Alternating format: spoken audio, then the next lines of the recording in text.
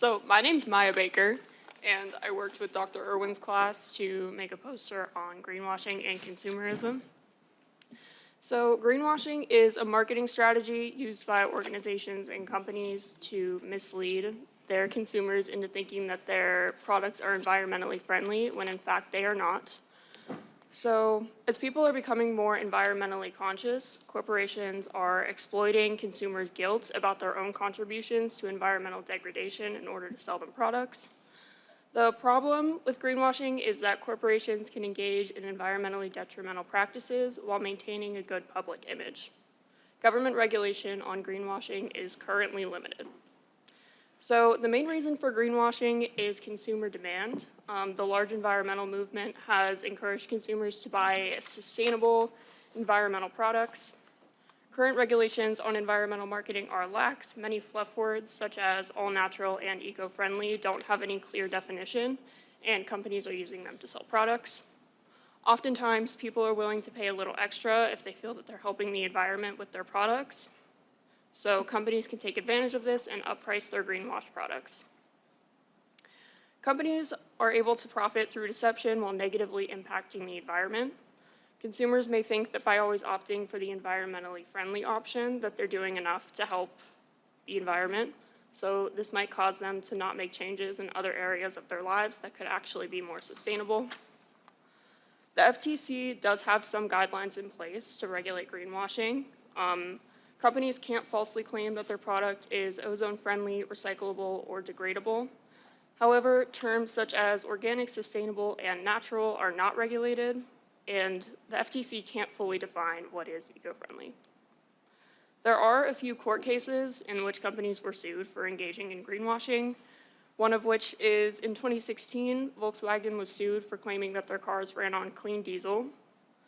In 2018, Benjamin Moore was sued for false claims of emission and VOC-free paint as baby-safe paint. Nordstrom, Bed Bath & Beyond, JCPenney, and Backcountry.com were all sued by the FTC in 2015 for claiming that their rayon materials were bamboo, which led to improper disposal. Many environmentalists are calling for the FTC to fully define buzzwords such as organic, sustainable, and eco-friendly so that companies can be held accountable for their false advertising. Education campaigns could also help teach the average consumer what to avoid when shopping, and encouraging budget-friendly options like buying secondhand, upcycling, and buying in bulk or going to a refill center could also be encouraged. Finally, buying from companies who use green pictures, verbiage, or false eco-friendly packaging could also help eliminate greenwashing. Thank you. Wonderful. I'm pulling up my clock to keep us on time. You can hear me from here. All right, cool. Lauren, great start. Thank you. You did your homework. My goodness. The idea of big companies cheating on gas? Good for you for calling that one out and so many other ones. We'll talk more in a moment. All right, so that was great. So Addison, are you ready now? Could we pull up Addison's slide, please? Okay, so I'm actually Mackenzie Farber, and this is Dominic Gallo. We're going to be presenting on overfishing. I'm going to start and then hand it off to him, and then I'll close. Okay.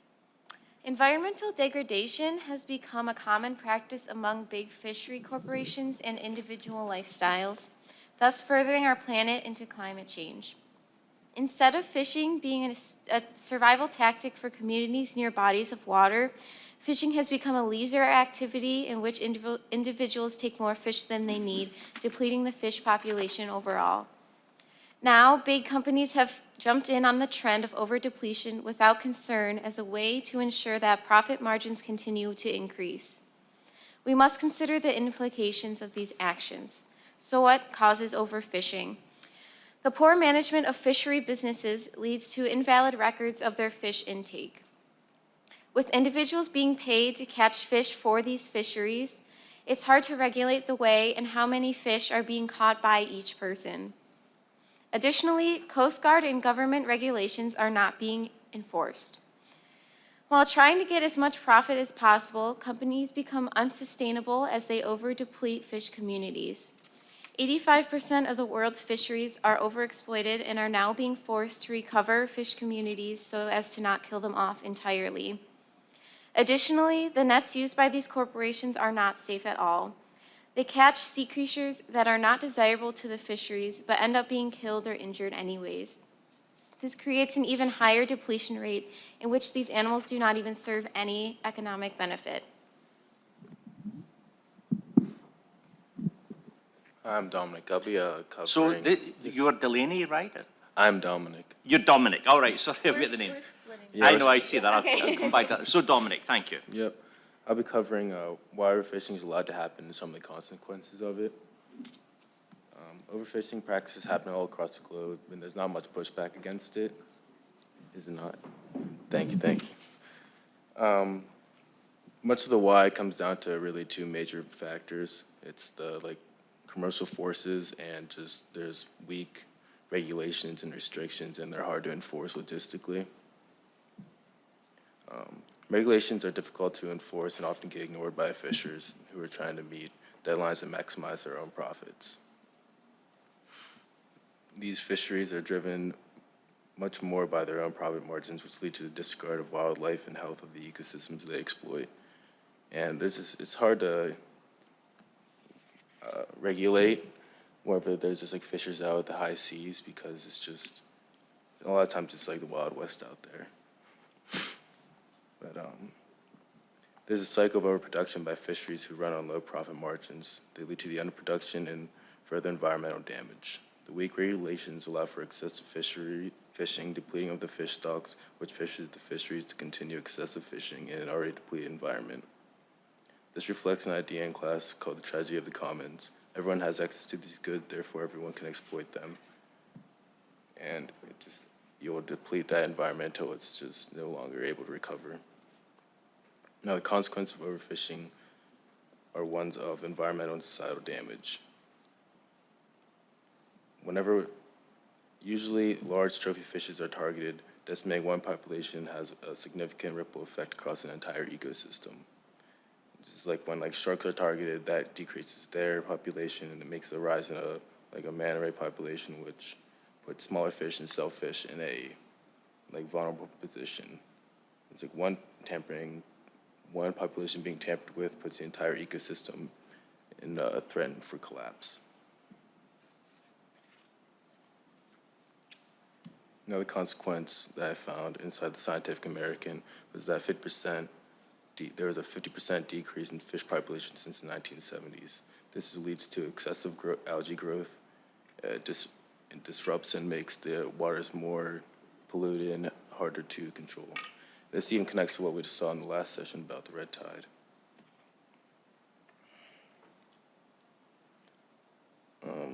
There's many social impacts of overfishing, but a lot of it's mostly seen in developing nations because they get around 6% of their protein from fish, especially on the villages on the coast. So whenever commercial overfishing depletes the local fish stock, that population is put into a very susceptible place for malnutrition and further suffering. And one of the largest economic impacts of overfishing is that, according to a 2008 UN report, the depleting stock of fish led to a yearly loss of almost $50 billion every year. Great, Dominic. Are we going back to Mackenzie? So how do we fix this? There's many solutions. Through government enforcement and regulation, the tragedy of the commons can be reduced, thus leaving less room for people to exploit these natural resources. They will no longer be a resource in which people can decide how much they want to take, but will instead be monitored by governmental institutions. Government does not necessarily have to intervene, though, if community-based organizations instead create a consensus among the people to preserve and hold people accountable for their fishing practices. Companies can also start to improve their tracking of fish intake, port-to-port vessel tracking, and fishing techniques. This will decrease the possibility of individual fishermen working for the company to be unethical and unsustainable. Individuals can also take action by changing their diet. They can become vegan or vegetarian, eliminating the consumption of fish altogether, thus decreasing the demand on fisheries and lowering product consumption. The cost of fish should also reflect the true cost of the fishing industry, including environmental costs from pollution from boat exhaust, bycatch consequences, and human labor. Increasing the price will make people more aware of where their food came from and also likely decrease the desirability of fish altogether. We can stop the depletion of this precious environment if we become more aware of our actions and its consequences. Fish do not have to become an endangered species, just like the giant panda, the elephant, the pileated woodpecker, and countless other innocent animals who have been driven to extinction because of our economically based social system. Thank you. Okay, thank you. Wonderful presentation, Mackenzie and Dominic. Now, Professor Irwin and Professor McMillan, put out your hands, up your hands, so that we can see who you are, and the streaming will pick you up. Proud professors, your students did great work today. Thank you. This is quite magnificent. So, we have a couple of minutes to have some conversation, and I'm wanting to begin with, to go back to Lauren. I understand that both your presentations are group discussions, so it's Lauren and Maya. Maya. That's me, Oh, you're Maya. Yeah. All right. Sorry, Lauren. Maya. All right. And then there was Michael and Cheyenne. Cheyenne. All right. So just a call out to the global streaming of this. This was a team project, beautifully done, presented by now Maya. Maya. Thank you, Maya. And then it's the same with Mackenzie and Dominic. You had a group project, and you also had Addison and Trey and Caitlin, right? So great work, again, a group project for the global streaming community. Let me ask a question of each of you. So go to overfishing, and then I'll go over to greenwashing. I'll lead the conversation because we have a small audience in front of us. But in terms of overfishing, a hard question. Obviously, it's resource depleting. Could there be wars as a result of this? Could nations go to war? Is it that serious? I think absolutely, because it just has to do with international waters a lot of the time, so there can be fighting over fishing zones and fishing rights. I think and remember, there's different kinds of war. I don't mean going in with machine guns or tanks. I mean the kind of economic war that countries have with each other. What is your sense, Mackenzie? I think Dominic agrees. What do you think, Mackenzie? I also agree, because there's not really, like, you know how each country has a border? They don't really have that in, like, international waters. So that just creates, like, an ambiguity of who owns what. And I think that could really cause a lot of issues, especially if one country enforces fishing practices that are more strict than others. So let me tell you a story.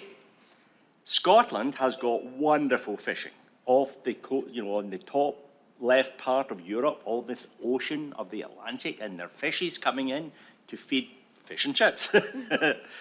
But after Scotland in the UK left the EU, called Brexit, that you've all heard of, it created fishing wars because of the very thing you're saying about the depletion and the economics, even to the point of each of the nations putting war boats, actual military boats, into the ocean to stop the people fishing. So you've hit a really, really important point here. I hope there'll never be an actual, you know, shooting war, but there's already wars going on at the economic level. You've really touched an incredibly important point, and you delivered it very perceptively. So thank you for such nice work, you and your team. Let me ask Maya about the greenwashing thing and consumerism, because one of the fascinating things of greenwashing, we mentioned the you know, the petrol, the gas, we call it gas in this country, petrol in Scotland. But did you ever think that companies, noble, honourable, international, global companies, would do this to us, would dupe us? I didn't. And what do you think of that? I didn't until I started researching greenwashing. I kind of had this perception that if a company wants people to buy their products, that they're going to be honest, because eventually the truth will come out. And because we know there's regulation and there's people looking after it, and they're still hoodwinking us. It's not a pretty sight, right? It's not, no. So my question is, how extensive do you think this, your research gave us a vast tapestry here. So tell us a little bit about the extensive nature of it, and then the critical question, what do we do about it? I think that every big corporation is capable of greenwashing, and most of them probably have partaken in it at some point, whether it's in the United States or abroad. In like the UK and in Europe, they're more recently starting to engage in greenwashing, just because like the US has more of an emphasis on big business.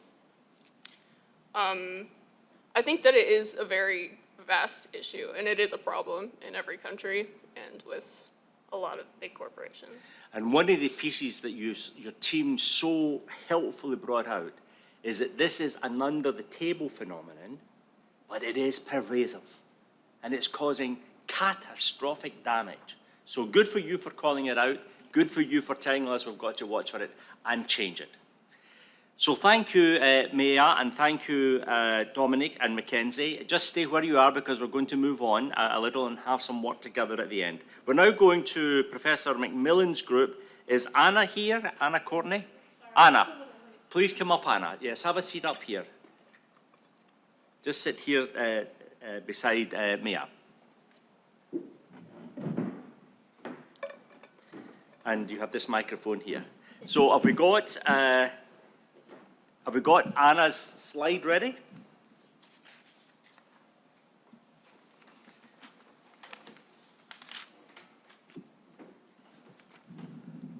Hi, I'm Anna Courtney, and I'm going to be talking to you today about culture, capitalism, and climate change. After Henry Ford's invention of the assembly line, the speed of production increased dramatically and the cost of labor decreased, which gives us the ability to mass produce and mass consume at lower costs. In Western culture, the desire to own the latest and greatest and to make as much money as possible is a big priority. But these low labor costs come at the cost of the environment. In order for the corporations to profit, labor costs must be kept as low as possible, which for many companies means employing machine instead of man. But these major factories have big impacts on the environment. Some companies will turn to offshore production to bypass environmental and labor laws in the United States, which allows them to exploit the earth for further financial gain. The lower cost for the manufacturer means lower cost for the consumer, giving us the ability to accumulate even more goods. After industrialization increased and advanced the means of production, this gave us access to much more products at a much lower cost. This means that what's trendy and in one day can change by the next because companies are able to produce so much more. And when people buy and buy and buy, they just forget about all the cheap, old, trendy clothes that ends up in non-biodegradable landfills. So the Western culture's desire to keep up with the Joneses is just another factor of a mass overconsumption. And this is not only because of the societal pressure to fit in, but many traditions and important cultural events in the United States revolve around buying goods. Black Friday, Christmas, Easter, back to school, birthdays, weddings, they all have a major thing in common, which is to buy, and buy. So to prevent this, what can we do? I think it's important to understand the impacts of our consumerism, to understand what the factories that we buy our clothes from is doing from the environment in order to avoid that. So we could move towards a more slow fashion-centered style instead of the fast fashion, and focus on more quality over quantity instead of having a large amount of cheap things that we're just going to throw away. And we can also lobby for stricter environmental laws and ways to prevent this offshore production. Thank you. All right, very nice. This was Anna, and you were presenting with a team, Anna, is that correct? So the team included Althea, Alethea and Nicole. Alethea and Nicole. So again, for our streaming audience, a wonderful representation of a team project. Very elegantly presented, beautifully researched and designed. So thank you, Anna, and we'll come back to some conversation in a moment. But we do have another 2 presentations for this group, for Professor McMillan, and the second one is by Mackenzie Farber. again. Good, Mackenzie. On we go. Thank you. And this is a paper done by yourself, not a project. Good. All right, Mackenzie. Thank you. Yeah, I just wanted to point out that this poster is in conjunction with Dr. McMillan's class and Dr. Adams, who was in the previous session, who is the professor of the psychology and nature class. So what does it mean to be yourself? We are told almost on a daily basis to be yourself, and it is a phrase that we've been taught from a very young age. But just who are we exactly? The perception of ourselves dictates how we believe, speak, think, and feel. Usually the perception of ourselves is created and influenced by history, dominant culture, religion, family beliefs, economy, and more. This sense of self, though, is blindly created and never questioned, because as humans we tend to adopt values and beliefs that are handed down to us through cultural systems and institutions. Since modern culture emphasizes economy, efficiency, and profit, our sense of self has gotten carried away by these unrealistic and unimportant values instead of paying attention to the beautiful natural world around us. There's no question that there are major environmental problems occurring in the world today. In order to stop these problems, we must start to question our sense of self and revise the way we act in relation to the rest of the natural world. Irving Goffman's concept of the definition of the situation pertains to the way we develop a sense of self. He says that the way one acts in a situation depends on how they perceive the situation in the first place. When interacting with others, we try to uphold the way we perceive the situation so we do not disrupt the flow of the interaction. Disruption to the definition of the situation will cause questioning by others of who you really are.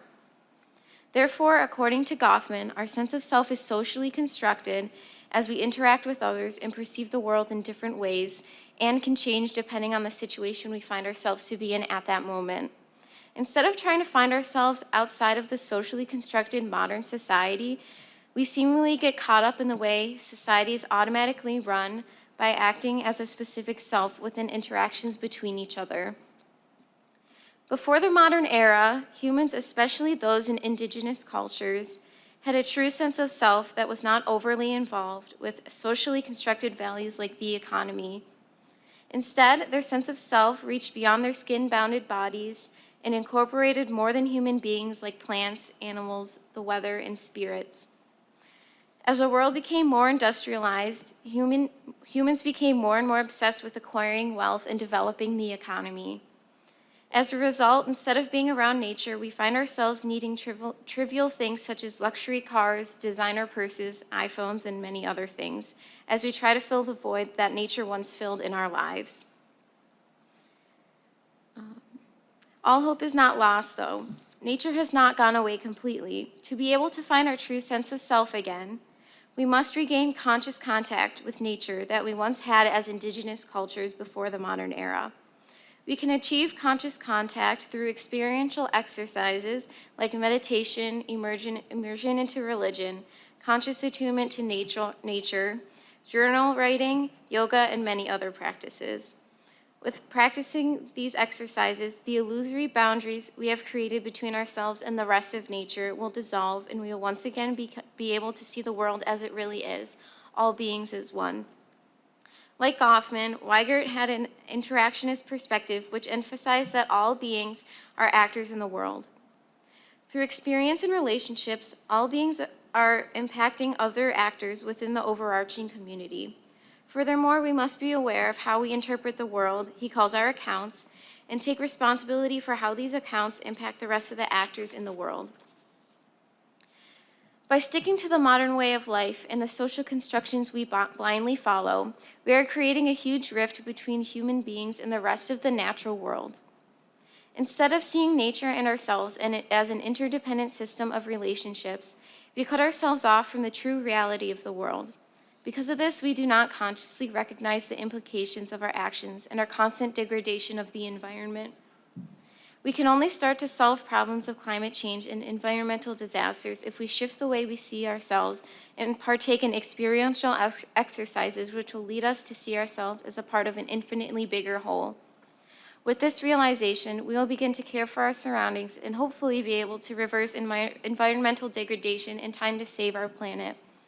The way we think about ourselves dictates everything. That's why it's important to keep reality in check and to question the beliefs and values handed down to us through society. Thank you. Thank you very much, Mackenzie. A beautiful presentation. That was actually very moving and very inspiring.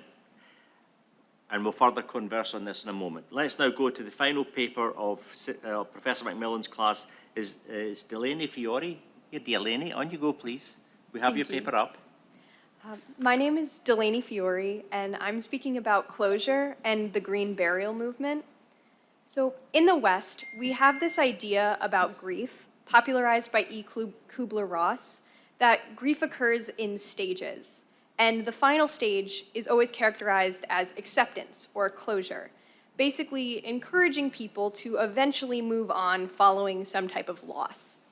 However, sociologist Nancy Burns really pushes against this idea, stating that closure isn't possible for everyone following a loss.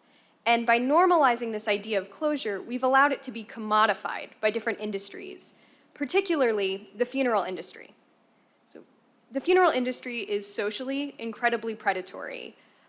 The average funeral in the United States costs $7,848. And this is because there are a handful of companies that run the entirety of the funeral industry. So they can mark up prices without any pushback. And people who are wrapped up in grief and emotion won't fight these incredibly high prices. In reaction to this, the green burial movement has begun in the West. So green burial is a relatively new term, and there aren't many specific definitions to it, but it's a concept of reconnecting the burial process to nature, eliminating the environmental factors of a traditional burial and the price gouging practices of the funeral industry. So there's a variety of ways it can happen, but the focus of it is really returning to nature. And in terms of the traditional funeral, it's a very ecologically damaging practice. There are immense amounts of resources collected for the purpose of burying humans, and then that material is placed directly into the ground, and it's not biodegradable, so it will stay there for eternity. We've also seen leaching issues with embalming fluid, particularly formaldehyde being found in considerably higher amounts near waterways, near embalming facilities, and funeral homes. The green burial practice often features vaultless funerals, possibly untreated wood caskets or coffins that are biodegradable, or doesn't feature any type of covering besides a shroud. And that allows the human, along with its covering, to biodegrade back into the earth. Spiritually, green burials can match with almost any religious rite. It can emphasize the idea of returning to earth. That's really emphasized in Catholic and other Christian denominations. It also aligns with traditional Jewish and Islamic practices as well, which often just feature a burial shroud.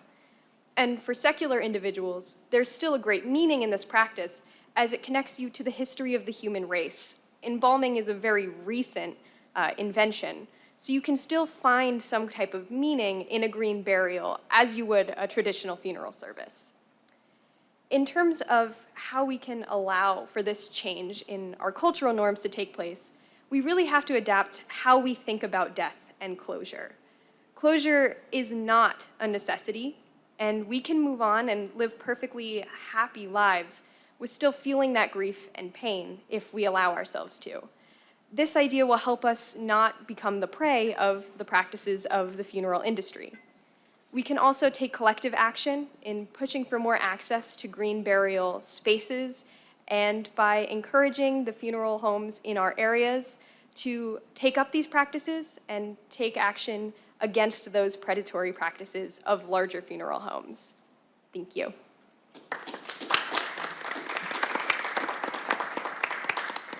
Thank you, Delaney. How did you do that without any notes? Is there a little screen in front of you there? No. That was marvelous. It's great to see. Ever so well done. That was a fabulous presentation. I'm wanting to ask the three of you now to say a little comment about something that I'm seeing common in your papers, Delaney and Mackenzie and then Anna. And that is the problem of consumption and an echo to Indigenous peoples. The one thing we know about Indigenous peoples is that they were sustainable, long before we had modern technology. And we lost that sustainability. And in the loss of that sustainability, we became a consumer population, a consumer civilization. And the result of a consumer civilization is climate change, ding, ding, ding. It's so simple, and yet it's devastating. So I'm going to ask the three of you to give me a little outcome. What would you suggest? Not necessarily a single action, but what would you suggest to motivate, if you were going on television, the connection between consumerism and Indigenous populations? Let's begin here with you, Anna, starting with the consumerism, capitalism problem. I think You're on television, what would you say? I think that the difference now with consumption is we have the ability to overconsume and to not be sustainable more than any other culture in history because of industrialization. And we also have sort of a change in value than I think the Indigenous people had, because we are more focused on looking good, you know, being cool, doing what's trendy than other cultures have before. Very nice, thanks, Anna. What about Mackenzie? Can you repeat the question? The three of you said a lot of very different relevant materials, but I'm trying to bring it down to a common theme of consumerism, which we all suffer from, that creates climate problems, and having lost our touch with the Indigenous population. So, for example, the transpersonal self that you talked about was not just about me and you being transpersonal, it's about being with the world, the way Indigenous populations taught us. All right, so in Indigenous cultures, they weren't really focused on having things. If they did, like, possess their own individual items, they would most likely be, like, really small because they did move a lot. And then they would leave most of their items behind while they moved, because it was hard to bring the items with them. But now, as she was saying, we have, like, the resources to be able to basically move our whole house to another location. And because of this, we have put a lot of value in these items because we can bring them with us.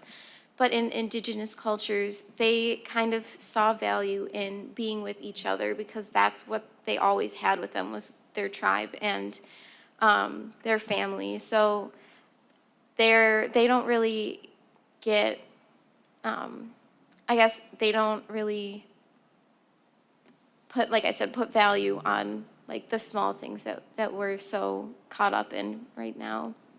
Good, thanks, Mackenzie. Let me go to Anna. You know, the Green Burial Movement, a return to our ancestors, right? I think something that's incredibly important that we all sort of alluded to is the idea that this type of consumerism doesn't actually bring us any happiness or joy that is far superior to that of any ancestral people. And I think, particularly speaking about green burials and consumption in that way, it's very easy to use that as sort of a starting point to show that consumerism has led to people basically being ripped off. You think that buying a fancy funeral for your loved one will help you feel better, and in the end, that's not always true. And kind of building off of that idea, maybe you think that buying a new iPhone will make you feel more connected and more cool in society, but how effective is that really? So I think what's really important for anyone who wants to take action is relating to people on a personal level and saying that this idea of consumerism is not as fulfilling as you think it is, and in the end, you're truly being ripped off for the benefit of people in higher power. All right, thank you. A little round of applause to the Michael Irwin and Sarah McMillan class groups. Thank you. We're now going to the students of Professor Machnairoff, and this is Jason Minikotsi and Ellie Vahu. Is Jason here? Jason, would you like to begin, please? Yes, please. Hello, everyone. My name is Jason Minikotsi. I'm a sophomore in the Honors College, majoring in political science, sociology, and philosophy. My studies of anti-homeless architecture began under the supervision of Dr. Roberts. When I usually introduce my research to faculty member family, and peers, their first question is, what is that? Anti-homeless and hostile architecture is any object that inhibits the usage of a public amenity. Now, this can be a bench like you see here, or spikes like you see at the top. Currently, there are approximately 11,000 unhoused citizens in Pennsylvania, with 1,000 unhoused in Pittsburgh alone. However, sorry about that.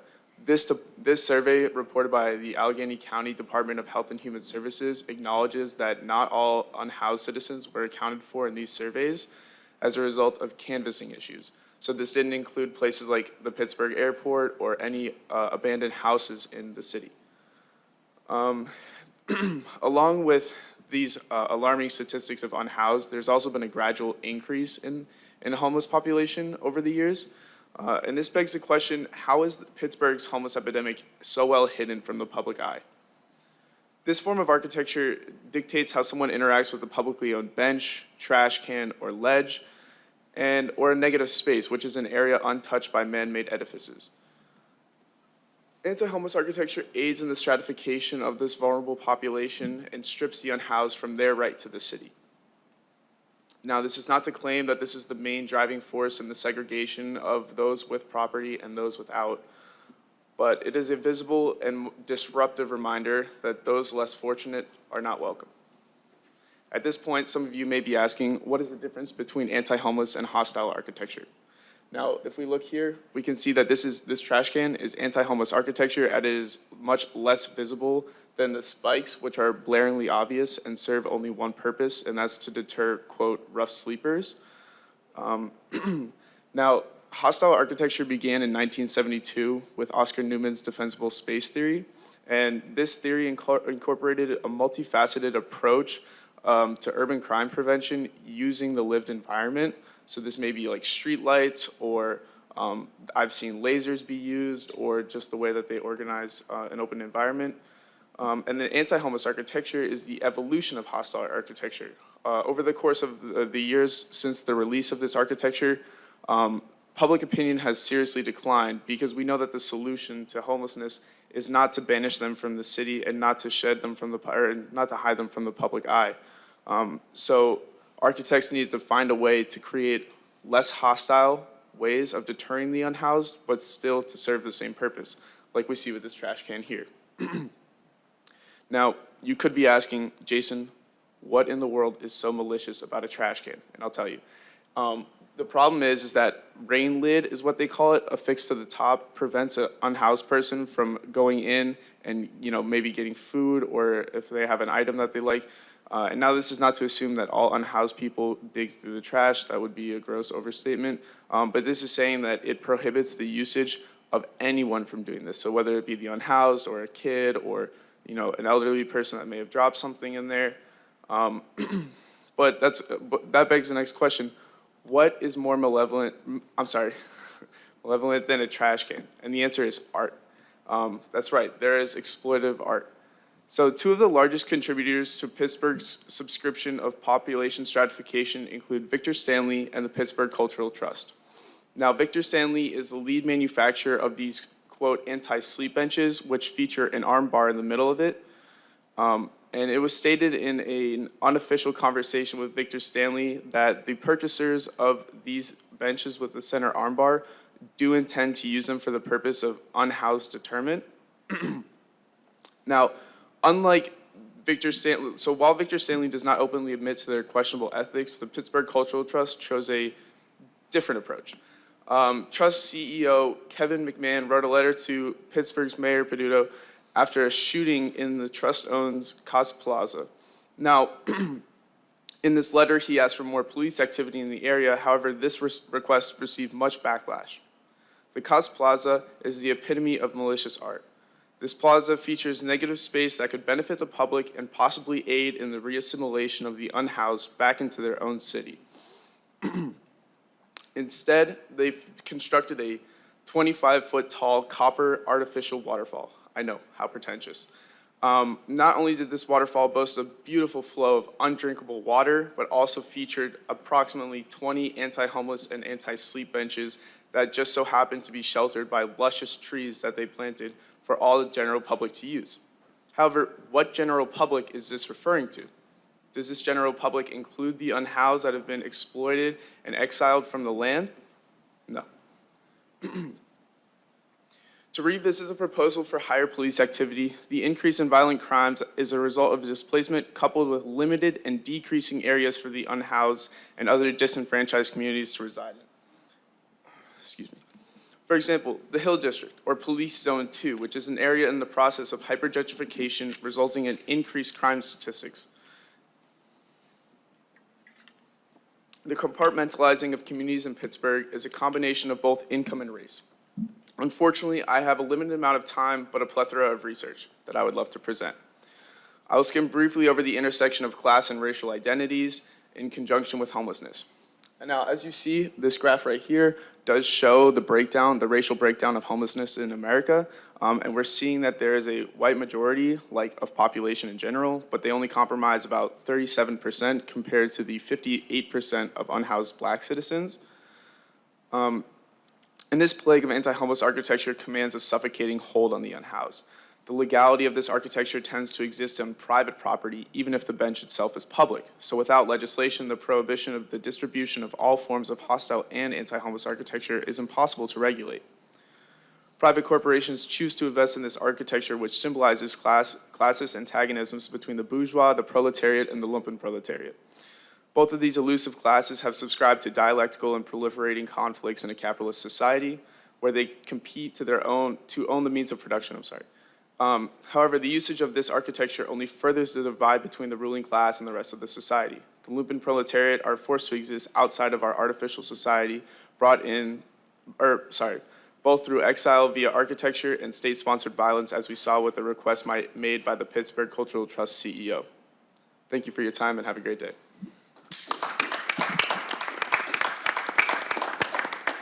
Jason, thank you for a wonderful presentation. And I think we've got Ellie next. Is Ellie there? Yes. Please. Hi, my name's Ellie, and I'm going to be presenting about the Flint, Michigan water crisis, which I've been hearing about since freshman year of high school, but never really understood. So I'm just going to kind of give an overview of what exactly happened and how it happened. So in April of 2014, Flint was having some economic issues, and they were giving a lot of money to Detroit for their water supply. So they wanted to switch their source to the Carignan Water Authority. And before this switch was finalized, they decided to use the Flint River as a temporary water source, which ended up being a horrible decision. Basically, days after they made this switch, residents of Flint were complaining about the color, the taste, the odor of the water that was coming out of their taps, coming out of their bathtubs. And so basically, 4 months into using the Flint River, they found traces of E. coli in it, and officials decided to put chlorine into the river to disinfect this, but the Flint River already had a really high chlorine content, and the chlorine that they added mixed with organic matter in the river, and this caused a reaction that created a byproduct called trihalomethanes. They added ferric chloride to combat this to remove organic matter in the river, but just consistently adding chlorine caused for the water to become very corrosive, which increased the concentration of lead. So less than half a year after using the Flint River, there was super high contents of lead in the river and basically every resident of Flint's water source. And lead poisoning became a huge problem for Flint's residents. It doubled citywide and tripled in children in high-risk areas. Other health issues that the Flint residents complained of were Legionnaires' infection, which is a very severe form of pneumonia and can be possibly fatal. And majority of Flint is an impoverished area, so they had a lot of difficulties getting medical help. There was a ton of charges filed against 15 city and state officials, but there was never a settlement reached, and no one was really ever held responsible. So I'm actually working on this topic for Dr. Schneeroff's class, and I've reached out to a few activists, and they're trying to reach a settlement and get the people that were responsible for causing this to pay. And, you know, there's still a ton of pipes that haven't been cleaned, and their water is not clean. I mean, I'm sure if you look up Flint, Michigan water, it'll show a few water bottles next to each other and kind of show the progression and just that most of the impoverished residents still do not have clean water to this day, which was 8 years ago, so, and that's all. Okay, Ellie, thank you. That was a beautiful presentation. Thank you. And of course, thank you, everybody. And of course, the Flint water crisis continues today, Ellie, right? It's going on. Now, I want to talk with Ellie and Jason to ask you a question each and have you respond. I'll lead the conversation just for a few moments. We have about 5 minutes. And that is, what is in common with both your presentations is a system tyranny of hidden populations. In Jason's case, the homeless. And I just love that phrase, Jason, that you used in terms of anti-homeless architecture, a spectacular phrase, that's intentional. And people are making a lot of money to do that. And it's the same with your presentation, Ellie, that part of the Flint crisis was moving the water supply away from what was already a good water supply, but it was costing too much money. So they moved it into the Flint River, the tyranny of those in charge. So tell me a little bit of commentary from each of you. How would you go about addressing this tyranny? I mean, it's a tyranny in our midst. These are people, sometimes they're elected, sometimes they're just officials in a broad sense, administrators. How do we address this citizenry tyranny that is causing so much damage? Go with you, Jason, first, if we can. Okay. I don't think the tyranny can, honestly, I don't think the tyranny can end until, quite frankly, we see the fall of capitalism. I think with the way our society is structured and the understanding of like what we need the reserve army for, you need to, like in Marxist terms, like when you ostracize the lumpen proletariat or the unhoused, you're able to like create like a stigma, and that essentially strikes fear into the reserve army. And in doing that, like you're gonna create like a perpetual cycle of like everyone like fearing to be homeless and continuing to like enslave themselves to their labor, as Marx would say. So I'm taking a staunch Marxist approach to like the end of anti-homeless architecture, because I think without proper legislation, sorry about that, without proper legislation, you won't be able to end it, and the exploitation of the lumpen proletariat will not end until the end of capitalism. And so this is where this does connect to climate. If we are not able to get the systems in our society to support these homeless, then we are continuing a broken system. Absolutely. That is reflected very much in the climate crisis. Absolutely. And what about you? Thanks, Jason. What about you, Ellie?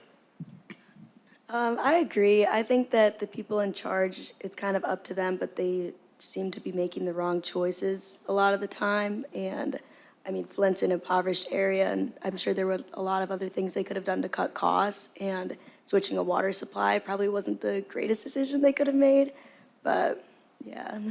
And what's common in both your presentations is not as though people are not trying. It's not as though there's not the Jasons and the Ellies in this world calling these people out.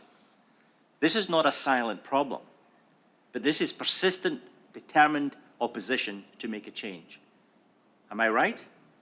Absolutely. So good for you for calling it out. This is great. Thank you for your work. Thank you for your dedication. Thank you for your leadership. Thanks, everybody. We're now moving to a little applause for Dr. Schreiroff's students.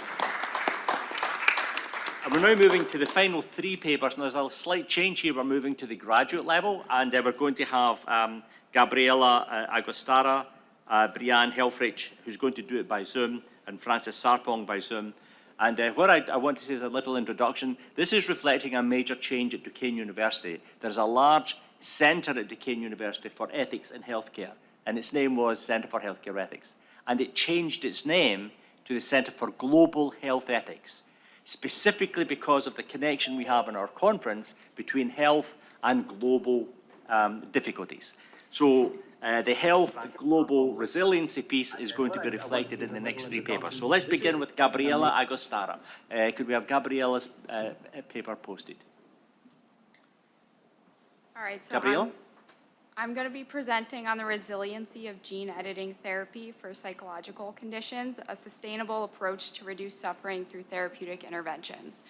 So as many of us know, a lot of crucial discoveries in science have been discovered through innovative problem solving and resilient thinking and just kind of outside of the box approaches. So as some of you may know, in the healthcare ethics program, we do rounds in the local hospitals. And I noticed a trend in patients coming into the hospital with psychological conditions. So you either have your patients that are being medicated for their problem and are having no symptoms associated with their psychological conditions. You have the patients that choose to obtain no treatment at all.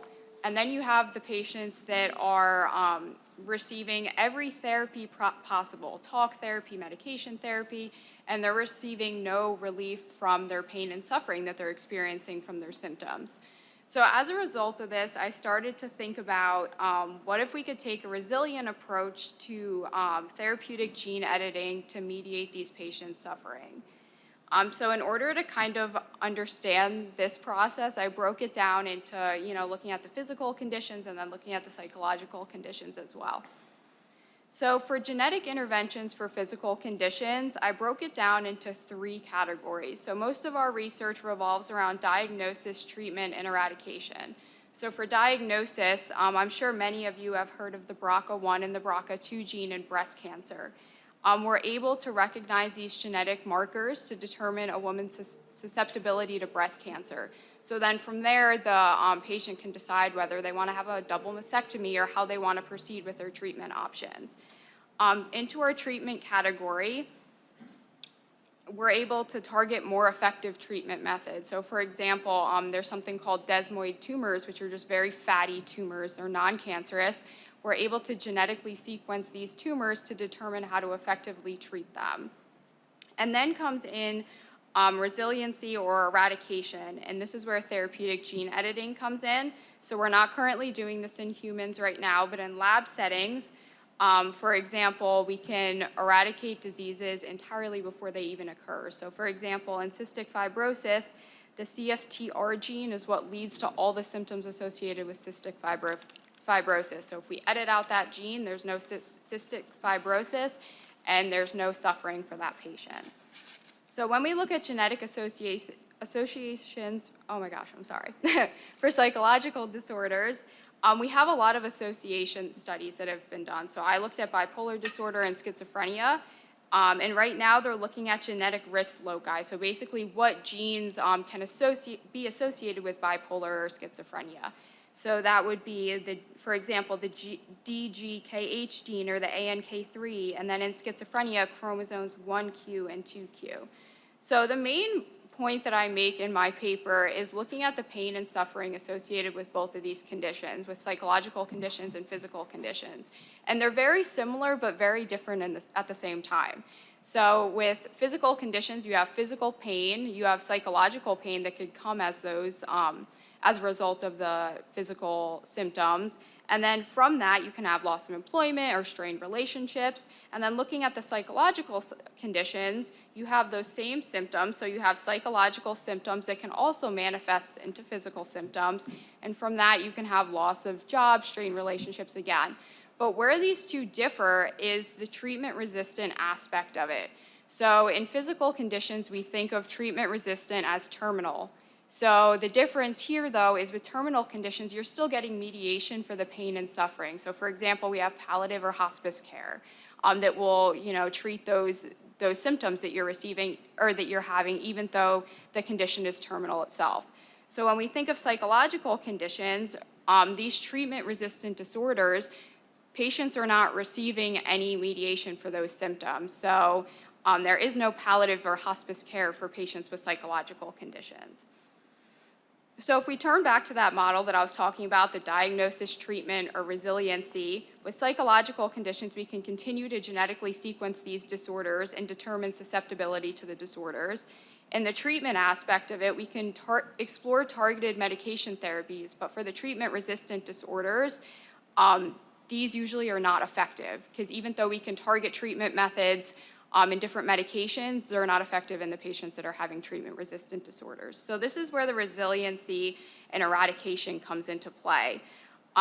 Resiliency in gene editing therapy for psychological conditions that are treatment-resistant can lead to eradication of the disorder before it occurs, like I said, with physical conditions. So that means we're mediating the pain and suffering that can come as a result of these conditions. So moving forward, I think that more research is really pertinent in this field. We need to narrow down exactly which genes definitively cause each psychological condition, because this can mediate patients that are suffering with these treatment-resistant illnesses, and also that can lead to a reduction in caregiver burden, and also in COVID times right now, we have such a strain on our hospital workers, it'll take that down as well. Yeah, thank you. Okay, thank you very much, Gabriela. And it is interesting how that gene editing is going to be not just in the human population, but also in the animal and the plant population too. So it's a great paper, thank you. We're going to the second paper. This is going to be by Zoom, and this paper is by Brianne Helfrich. Do you need me to share my screen? Just a moment, Brianne. We're trying to make a connection for you.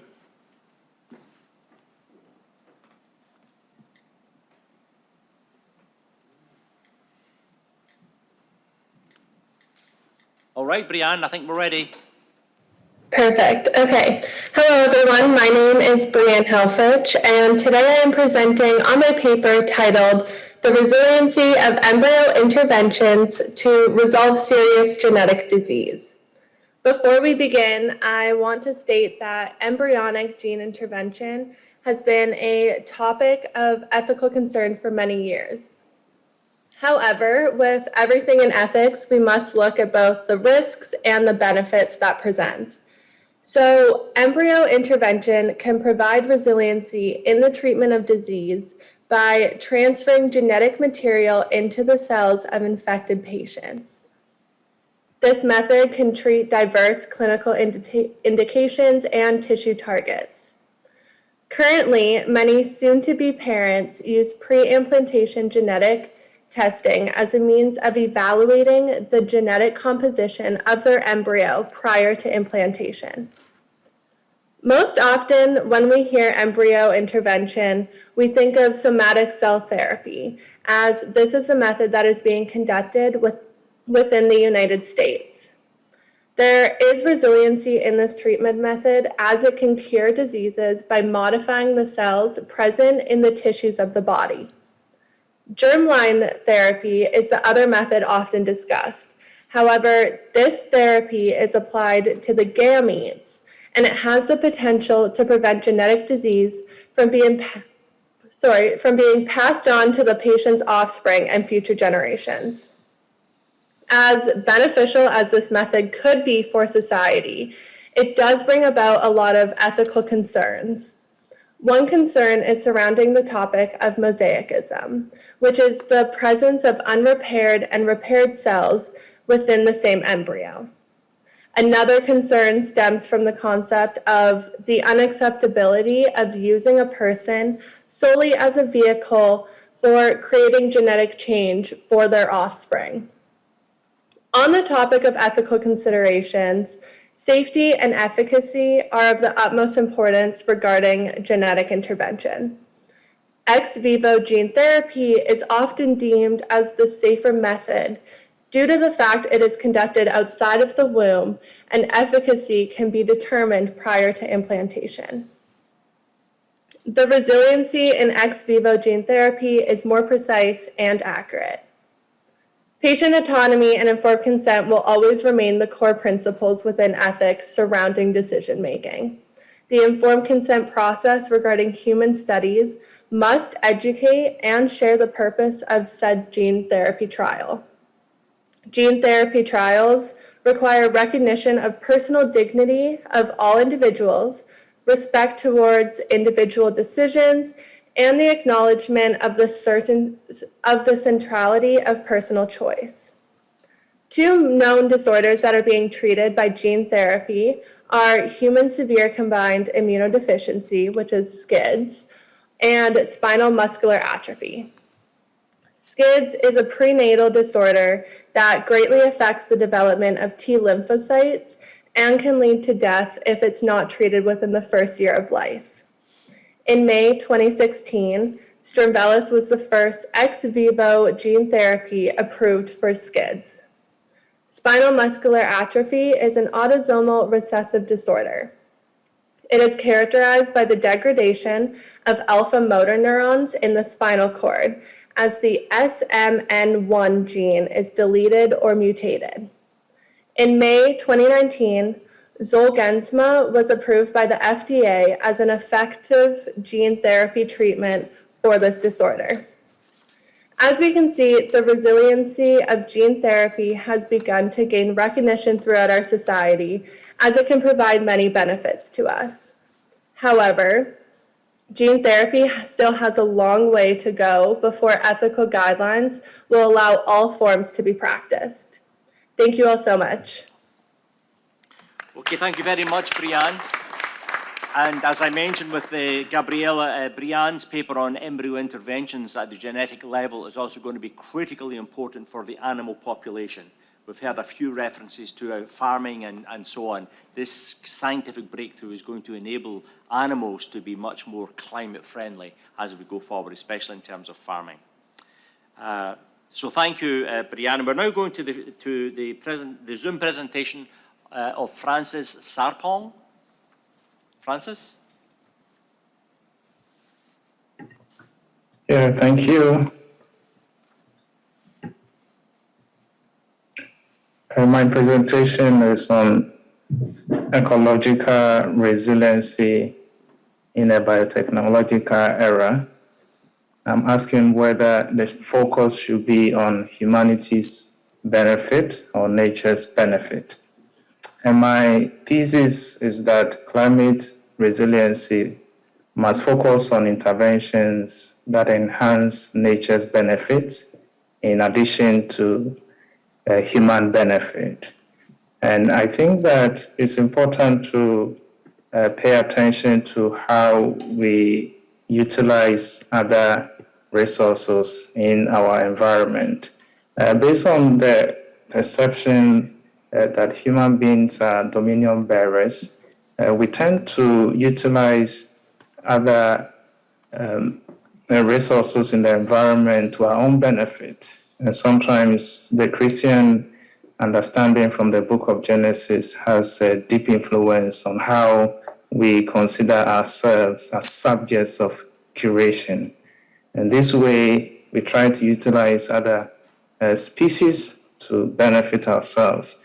In the area of xenotransplantation, where we attempt to use animal organs or genetically modified organs grown in animals to treat failing organs, there is the risk of transferring diseases from animals to human beings.